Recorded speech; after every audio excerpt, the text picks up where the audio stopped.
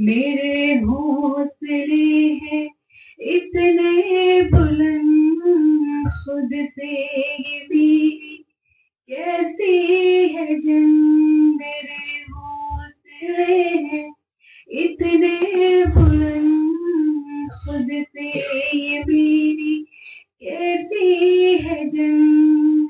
उड़ान हमेशा मैं ऊंची भरूंगी, उड़ान हमेशा मैं ऊंची भरूंगी, मैं बढ़ती रहूंगी न पीछे हटूंगी। हमारे देश के यशस्वी प्रधानमंत्री श्री नरेंद्र मोदी जी ने जिस वक्त कोरोना की वैश्विक आपदा के चलते एक मंत्र दिया था, आपदा में अवसर, पथ में जिंदगी, अभाव में जिंदगी, तकलीफों में जिंदगी गुजारा करते हैं।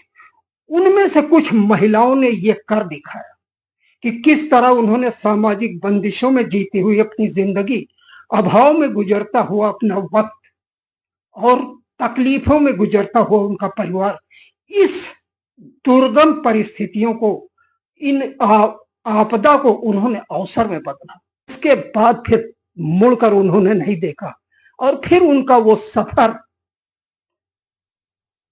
भारत पेट्रोलियम, सिडबी जैसी संस्था के आर्थिक सहयोग से उनके स्वप्न आकाश छूने लगे।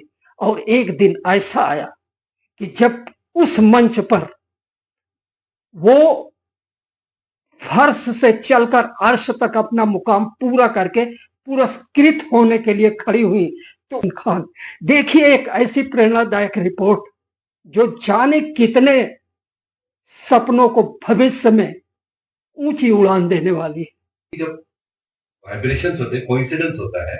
कोइंसिडेंस का मतलब है कि it is love bestowed by God upon Mankind.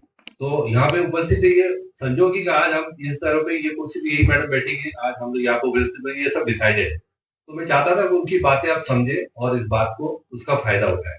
उसी तरह से फिर हमारी मुलाकात जब हमने किया, हमने आईएम में काम कर रहे थे, तो हमने बोला फजल भाई को, भाई कोरोना तो आ रहा है, फिर कैसा करेंगे। तो उन्होंने बहुत बढ़ चढ़ के हमारा सपोर्ट किया और हमसे देश भर में उन्होंने बताया होगा, आई एम श्योर, कि 55 क्लस्टर चल रहे जो स्फूर्ति के क्लस्टर है, हमने कन्वर्जेंस में किए, नहीं तो और कम से कम 30 से 40 हजार आर्टिजन्स हो जाना, 30 to 30 इसमें आसानी से मिल जाता है। वरना हमको वो दौर भी पता है कि जो कार्ड आपको आज फ्री में मिल रहे हैं ना, जो कार्ड आपको फ्री में मिल रहे हैं, सर आप ऐसा कहेंगे कि बुराई कर रहे हैं, वो कार्ड 2500 में हमने बनवाया और कितना परेशान होने के बाद, क्योंकि पियोन अंदर तक जाने ही नहीं देता, वो दौर भी देखा। वो कार्ड जब हमने पहली बार बनवाया 2008 में, 2008 में तो 2500 खर्च करने पड़े थे उस कार्ड को, जिसको आज हम सैकड़ों की तादाद में फ्री में बना रहे हैं, और वो भी ठाकुर साहब की मदद से और दूसरे अफसरों की मदद से, जिसमें सच में कोई सरकार में पैसा नहीं लगता, पर बीच में इतना लग जाता था और इतने चक्कर लग जाते थे, आदमी सोचता है यार जाने की जरूरत नहीं। तो असल जो कारीगर है वो वहां तक नहीं पहुंच पाता, उन ऑफिसों के गेट तक ही रह जाता है। अंदर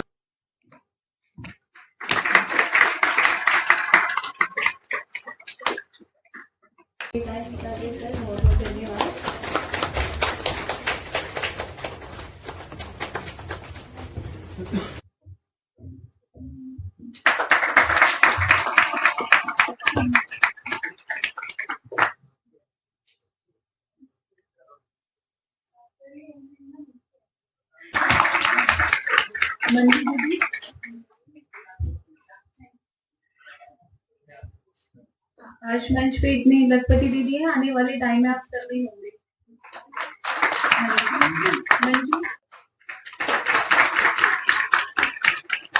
सुनीता दीदी, सुनीता दीदी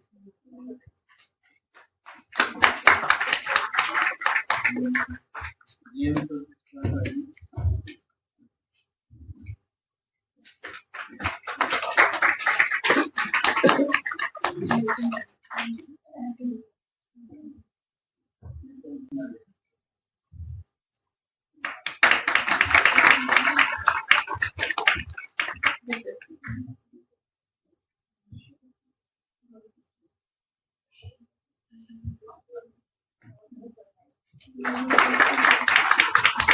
पुरस्कार के बाद ये जरूरी था कि ऐसे मुख्य अतिथि, विशेष अतिथि और फला के संयोजक, इन लोगों का कम से कम बाइट लिया जाए ताकि दुनिया देख सके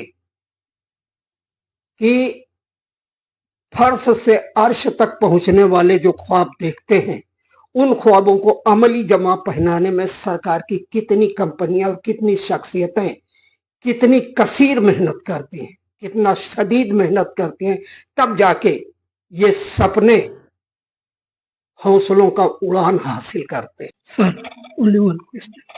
Unemployment is a big problem in the country. What would you like to give the suggestion to the youth in this regard? And I first thing is I would like to congratulate Fala Handicraft Society who have been associated with the women folk for upliftment of women, employment generation, empowerment, and also for preserving the old culture. And I'm happy that SIDBI is also associated with ISS societies, and I wish them the very best.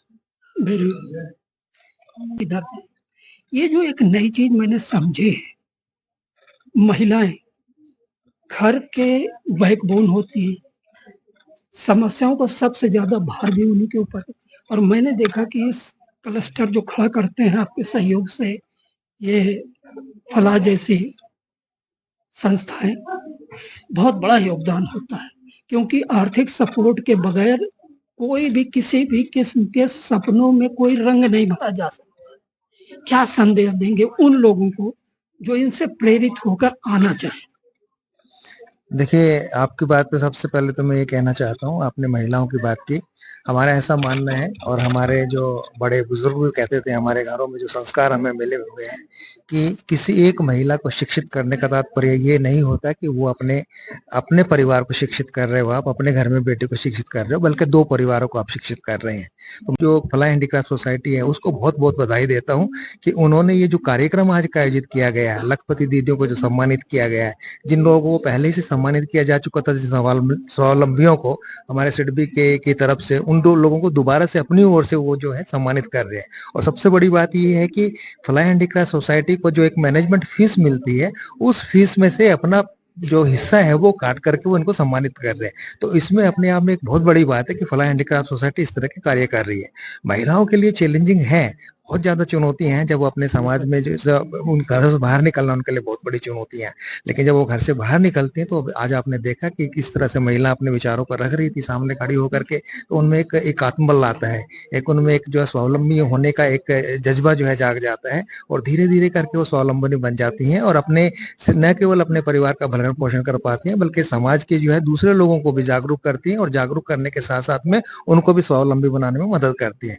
मुझे दुष्यंत कुमार का एक शेर याद आ रहा है। Actually ये सारे जो प्रयास किए जा रहे हैं हमारे, जो चाहे उसमें जो है सिडबी है, चाहे फला हैंडीक्राफ्ट सोसाइटी है, चाहे मिनिस्ट्री ऑफ टेक्सटाइल्स ही अभी जो ठाकुर जी हमारे साथ में बैठे थे, चाहे आप जैसे मीडिया के बंधु हैं जो इस तरह का प्रचार और प्रसार कर रहे हैं, तो दुष्यंत कुमार ने बहुत अच्छी जो है खूबसूरत 4 लाइनें कही हैं। एक शेर के माध्यम से मैं उसको प्रस्तुत कर रहा हूँ। उन्हीं का शेर है ये कि इस शहतीर को पलकों पे उठा लो यारो, इस शहतीर को पलकों पे उठा लो यारो, कोई ना कोई रास्ता तो निकालो यारो, कौन कहता है कि आसमान में सुराख नहीं हो सकता, जरा एक पत्थर तो तबीयत से उछालो। क्या बात है, बहुत भारत। और बाबा भीमराव अंबेडकर ने भी एक बात कही थी कि बगैर आर्थिक बराबरी के सामाजिक और राजनीतिक बराबरी का कोई मूल्य नहीं होता, कोई मतलब नहीं होता। बिल्कुल ठीक बात। नई पीढ़ी के इन बच्चों को या इन महिलाओं को जिन्होंने एक ख्वाब देखा और उस ख्वाब को परवाज देने की कोशिश की, मेहनत किया और आज यहाँ तक पहुंचे कि पुरस्कार लेने के लिए आप जैसे अधिकारी, भाई साहब जैसे, सोलंकी साहब जैसे, उनके सहयोग से ये खुशी महसूस कर रहे हैं, ये गौरव भरा क्षण आया है। वो लोग जो इनसे प्रेरित होंगे, क्या संदेश देंगे आप उनके लिए, उन महिलाओं के लिए? बड़ी अच्छी बात आपने कही। पहले तो जो बराबरी वाली बात आपने कही कि बिना आर्थिक स्वतंत्रता के वो बराबरी वाली चीज आ ही नहीं सकती है, उसके लिए आर्थिक स्वतंत्रता जरूरी है और वो हर किसी के लिए है। स्त्री के लिए शायद ज्यादा सोचने वाली बात है क्योंकि वो हमेशा से उसको वो 2m दर्जे का जो दिया गया, तो उसके लिए सबसे ज्यादा जरूरी है। और वो आर्थिक स्वतंत्रता जब आती है ना, तो वो उस व्यक्तित्व पे दिखती है। मैं तो एक महिला होने के नाते ये चीज कह रही हूँ, शायद सभी महिलाएं जो यहाँ बैठी हैं इस चीज से आइडेंटिफाई कर पाए कि वो एक अलग तरह की चीज दिखती है व्यक्तित्व में। जब आप, जैसा कि अभी कह भी नहीं थी दिलकश, कि हम खुद कमा के, आज मैं कहती हूँ कि तुम्हें आपको क्या चाहिए, परिवार के लिए मैं कर रही हूँ, बहुत बड़ी रुचि है। और मेरी कोशिश ये रहती है कि हैंडलूम या हैंडीक्राफ्ट की चीजें ही घर में आए और उन्हीं का उपयोग हम लोग करें। एक छोटा सा सवाल, जी। बस ये आखिरी है, जी। The last one. महिलाएं कितने संघर्ष पर, करीब करीब सब, हर चेहरे के पीछे एक कहानी है, और वो कहानी है संघर्ष की, रूढ़िवादिता तोड़ने की, उस हिम्मत की जो उन्हें इस स्टेज तक फाइनली लाता है। क्या महसूस करती हैं समाज में इतनी जागरूकता आ नहीं पाई है? नहीं आ पाई है। बदलाव तो बहुत आया है, बहुत बदलाव आया है, लेकिन वो जागरूकता अभी भी नहीं है। और एक बात मैं कहना चाहूंगी, मैं समानता की बातें नहीं करती हूँ। मैं ये मानती हूँ कि स्त्री और पुरुष अलग अलग हैं, मेरा अपना विचार, यूनिक है दोनों। मैं और सहमत हूँ उस चीज से। जी, दोनों यूनिक हैं। और दोनों को ही, जो हम एक जेंडर सेंसिटाइजेशन की बातें करते हैं, तो एक दूसरे के जेंडर को समझते हुए, उसकी फीलिंग्स को समझते हुए, लोग कहते हैं ना कि महिला अचानक रोने लग गई, वो रोती है, वो उसका कुछ और होता है, वो उसका क्रोध व्यक्त करने का तरीका हो सकता है। वो रोना जो है उसका, वो ये नहीं है कि वो बेचारी बन के रो रही है। बहुत बड़ी बात कही। तो मैं इस तरह से सोचती हूँ, और चीजें बदल रही हैं, समय लग रहा है। बाकी हमें अपनी मानसिकता बदलने की सबसे ज्यादा जरूरत है। आज हम जो चलते हैं, और आर्थिक स्वतंत्रता तो आप लोग जैसा कि उपलब्ध करा रहे हैं, तो उसके साथ साथ हम लोग, निश्चय ही बदलेगा, बदल रहा है धीरे धीरे और बदलेगा। बहुत एक ऑप्शन है, कहीं कोई एक उम्मीद जिंदा है। कैसा महसूस करते हैं जब इन्हें आप अपने सपनों को इस शक्ल में आते हुए देखते हैं? सर, सबसे बड़ी बात तो इन्हीं के सहयोग से हम यहाँ तक पहुंचे हैं, क्योंकि हम खुद कारीगर हैं।